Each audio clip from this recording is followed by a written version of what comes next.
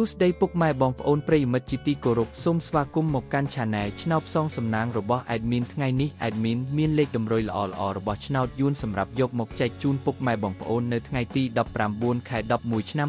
2025 នេះដូចនេះ Admin មិនចង់ចាយពេលវេលារបស់ពុកម៉ែបងប្អូនយូរតោះយើងមកតាមដានលេខតម្រុយឆ្នោតរបស់យើងទាំងអស់គ្នាសម្រាប់លេខតម្រុយ2លេខមានលេខ49លេខ25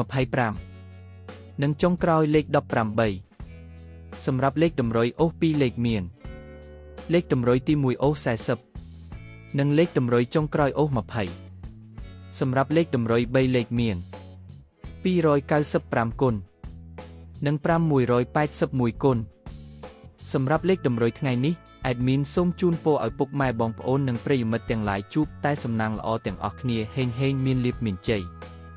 ជាចុងក្រោយសូមកុំភ្លេចជួយចុច Subscribe និង Comment ហើយដាក់សញ្ញារូបកណ្ដឹងដើម្បីជាការផ្ដល់កម្លាំងចិត្តមកកាន់ Admin ជាពិសេសងាយស្រួលតាមដានវីដេអូថ្មីៗនិងលេខតម្រុយល្អៗជាប្រចាំថ្ងៃជាមួយ Admin សូមគោរពលាពុកម៉ែបងប្អូនពី Admin ឆ្នោតផ្សងសំណាងសូមសំណាងល្អទាំងអស់គ្នាសូមអរគុណ